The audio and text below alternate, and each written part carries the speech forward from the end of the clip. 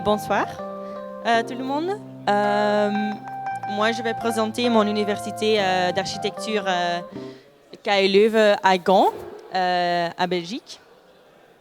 Gand se trouve au nord de la Flandre, près de la côte Belgique.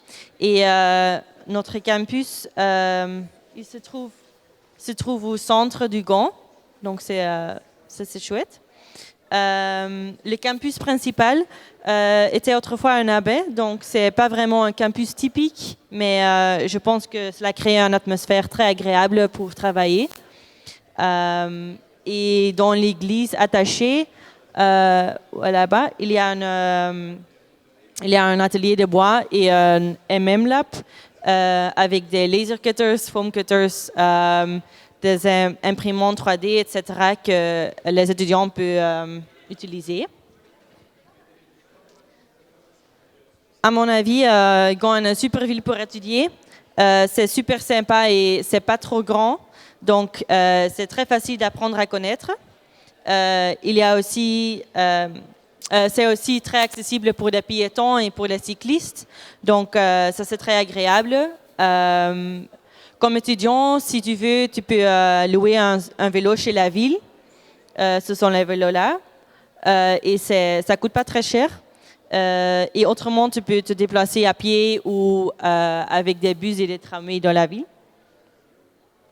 Gand est vraiment une ville vivante. Il y a beaucoup de bars sympas et il y a toujours quelque chose à faire. Par exemple, quand tu viens là en hiver, chaque année, il y a un grand marché de Noël en centre-ville et c'est toujours beaucoup d'ambiance.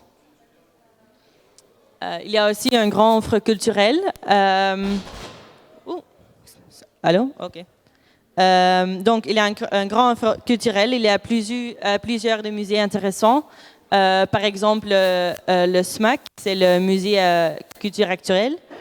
Le musée des beaux-arts, le STAM, le Design Museum, etc. Et pour les étudiants, les musées ne sont pas très chers. C'est souvent seulement 2 ou 3 euros pour l'entrée. Il y a aussi le Vooruit. C'est un endroit très populaire. Il y a des concerts musicaux, des performances de théâtre, etc.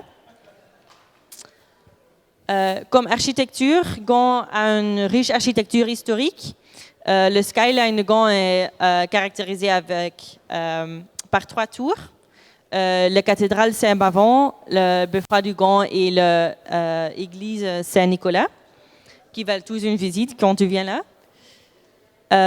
Des autres exemples sont, par exemple, l'un des plus grands et plus connus monuments civils de centre-ville est le Gravensteen. C'est un château du XIIe siècle et le seul château médiéval avec un système de défense presque intact en Flandre.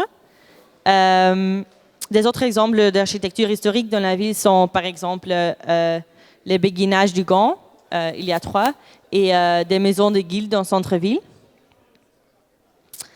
Gand se caractérise également par l'eau dans la ville.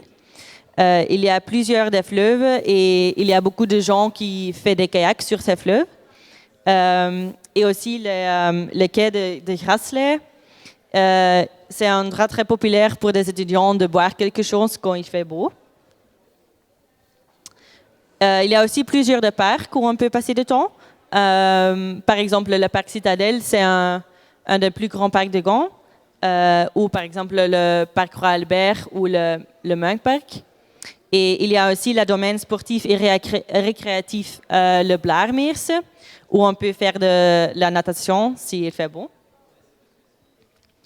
Et en termes de localisation en plus grande échelle, Gand est situé pas trop loin de la côte Belgique, comme j'ai dit. C'est là-bas. En train, cela ne prend qu'environ une demi-heure d'aller à Ostende, à Bruges ou à Bruxelles. Et c'est environ 50 minutes d'aller en Anvers. Donc, c'est idéal pour faire des excursions d'une journée, par exemple. Voilà, c'était ma présentation. Merci pour votre attention.